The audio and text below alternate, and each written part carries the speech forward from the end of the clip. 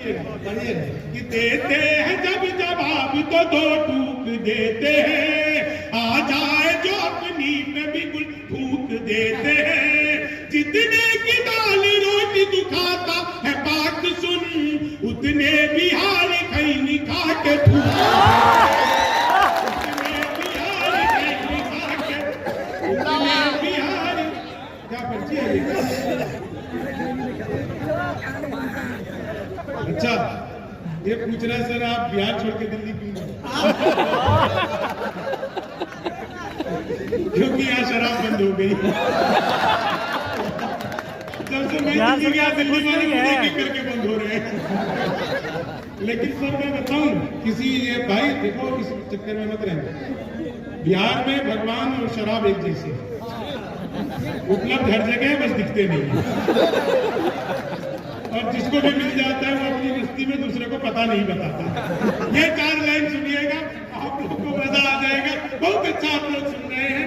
हालांकि मैं आपको एक चीज बता दूं, मैं हास्य कवि हूं, लेकिन जो अच्छी और सच्ची शायरियां इस मंच पर हुई है, एक बार आप उसके लिए भी जोरदार तालियां बजाइए।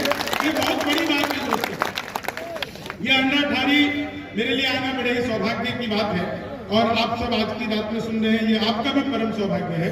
कई लोग मेरा वीडियो बना रहे हैं, तुम्हारी किस्मत पे मुझे मतलब दया आती है, इतनी रात को तुम्हें मुझे मेरी वीडियो बनानी पड़ रही है। सोचो कि कैसी किस्मत होती। 4 लाइन, लेकिन रात को ये वीडियो बनाने की आदत में डाल देना, नहीं तो भविष्य खतरे में पड़ जाएगी। आदत पड़ जाएगी। पता चले आज तो मुशायरा कवि सम्मेलन है, आज वीडियो बना ली, कल रात को कहाँ परफॉर्म होगा, कहाँ वीडियो बनाओगे, कौन बोल रहा है? चुप करो। यहाँ पे हम है ना बोलने के लिए, हमारा बात है। जब तब तक बाधा आए थे तो क्या बोले थे, 1 घंटा सुनाना, अभी तो बता देना कितनी देर सुनाना। 4 लाइन सुनिएगा, आप लोगों को मजा आ जाएगा। मैंने पिछले दिनों अखबार में एक विज्ञापन देखा, लिखा था घर बैठे मिठाई मंगवाइए। अब पिज्जा बर्गर तो हमने मंगाया, लेकिन मिठाई कैसे मंगवाएंगे? बहुत सारी वैरायटी होती है। तो अखबार में दिए हुए नंबर पर कॉल किया, उधर से कंप्यूटर है, रिकॉर्डेड आवाज आने लग गई। बोले जी नमस्कार, अग्रवाल स्वीट कॉर्नर पर आपका हार्दिक स्वागत है। मिठाई लेने के लिए 1 दवाई, चाट पापड़ी के लिए 2 दवाई, गजक नमकीन के लिए 3, गोलगप्पे सब कुछ एक ही दुकान पे मिलती है। मुझे मिठाई चाहिए थी, मैंने 1 दवाई, लड्डू लेने के लिए 1 दवाई, बर्फी लेने के लिए 2 दवाई, जलेबी लेने के लिए 3 दवाई, रसगुल्ले लेने के लिए 4, मुझे लड्डू चाहिए था, मैंने फिर 1 दवा दिया, बेसन के लड्डू लेने के लिए 1 दवा, मोतीचूर के लड्डू लेने के लिए 2 दवा, गोंद के लड्डू लेने के लिए 3, तिल के लड्डू के लिए 4, मुझे बेसन का चाहिए था, मैंने फिर 1 दवा दिया, 1 किलो लेने के लिए 1 दवा, 2 किलो लेने के लिए 2 दवा, 3 किलो के लिए 3, 100 किलो के लिए 4, 1 दबाना था, गलती से 4 दब गया। मैंने वही किया जो आप सब करते हैं, मैंने तुरंत ही फोन काट दिया। 1 मिनट बाद कॉल बैक आ गया। बोले नमस्कार, हम अग्रवाल स्वीट कॉर्नर से बोल रहे हैं, आपके यहाँ से 100 किलो बेसन के लड्डू का ऑर्डर आया है, मिठाई किस पते पर भिजवानी है? मैंने कहा अरे तो फंस गए, लेकिन बिहारी आदमी फंसता नहीं, फंसाता भी नहीं है, बीच का रास्ता निकालता है। बोले जी जल्दी बताइए, आपके यहाँ से 100 किलो बेसन के लड्डू का ऑर्डर आया है, मिठाई किस पते पर भिजवानी है? मैंने कहा देखो भैया, ये फोन किसने किया मुझे तो पता ही नहीं। घर में हम 9 भाई हैं, सबसे बड़े वाले से बात करने के लिए 1 दवाई, किसी छोटे से बात करने के लिए 2 दवाई, किसी छोटे से बात करने के लिए 3 दवाई, और जब तक असली वाला ना मिल जाए तब तक दबाते जाइए, दबाते जाइए, दबाते जाइए। आप लोग जोरदार तालियां बजाइए। 4 लाइन और सुनिएगा, आप लोग जब इतना अच्छा सुन रहे हैं तो 4 लाइनें मैं आपको बहुत अच्छी सुनाता हूँ। हालांकि अब तक तो सुना रहा था वो भी बहुत अच्छी थी, लेकिन 4 लाइनें मैं आपको सबसे अच्छी सुना कि चीनी को जमा करके फिर से गन्ना बना दूं। वाह, अब इस गजल देखिए, हमें मनमोहक गजल है, कुछ नया कहिए, कुछ नया हो। चीनी से तो गन्ना बना रहा है कि चीनी को जमा करके, मैं तो खुद ही सच बता रहा हूं, खुद करता हूं। क्लास में अध्यापक आए, बोले कौन बेवकूफ है खड़ा होकर, बोले तुम बेवकूफ हो। मैंने कहा नहीं सर, आप अकेले खड़े अच्छे नहीं लगते। चीनी को संस्कृत के अध्यापक आए, बोले तमसो मानो दीर्घ का हिंदी में अनुवाद करो। मैंने किया, मानो सोचा मैं ज्योति के पास जा रहा हूँ। चीनी हिंदी का अध्यापक आए, बोले लड़की में बड़ी की मात्रा है कि छोटी ही थी।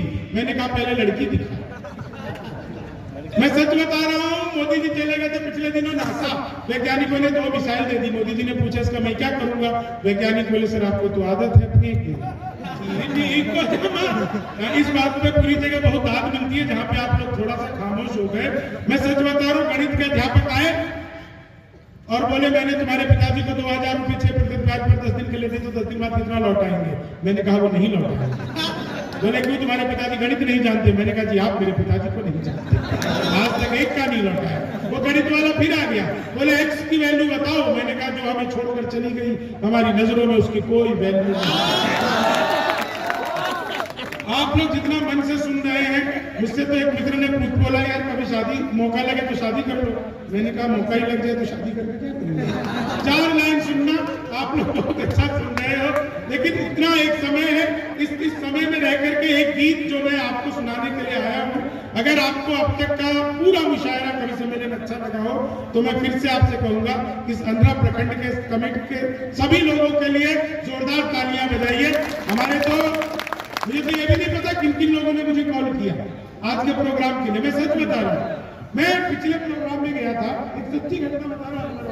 मैं कलकत्ता में एक प्रोग्राम में था, 5-6 कवि शायर थे हम।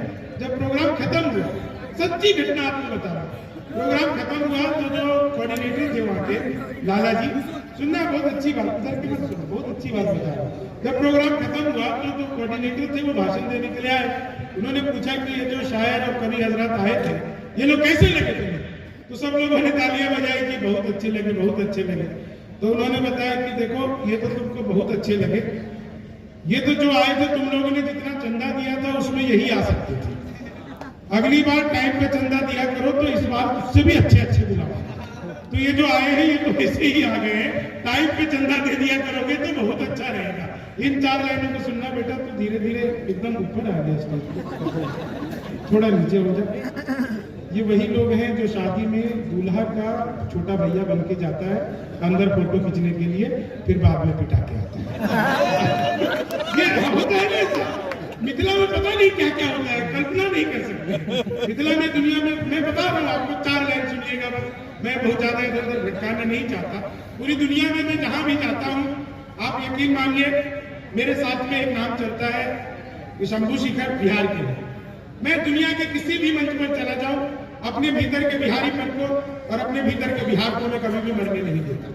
जहां भी जाता हूं पूरे गर्व के साथ धोती कुर्ता पहन करके जाता हूं, और इसलिए पहन करके जाता हूं इसलिए नहीं कि मुझे और कुछ कपड़े पहनने अच्छे नहीं लगते, मैं ये सिर्फ इसलिए पहन करके जाता हूं क्योंकि आज हमारे गांव में जब कोई बुजुर्ग मरता है ना तो बुजुर्ग नहीं मरता, उसके साथ धोती पहनने वाला कोई कम हो जाता है।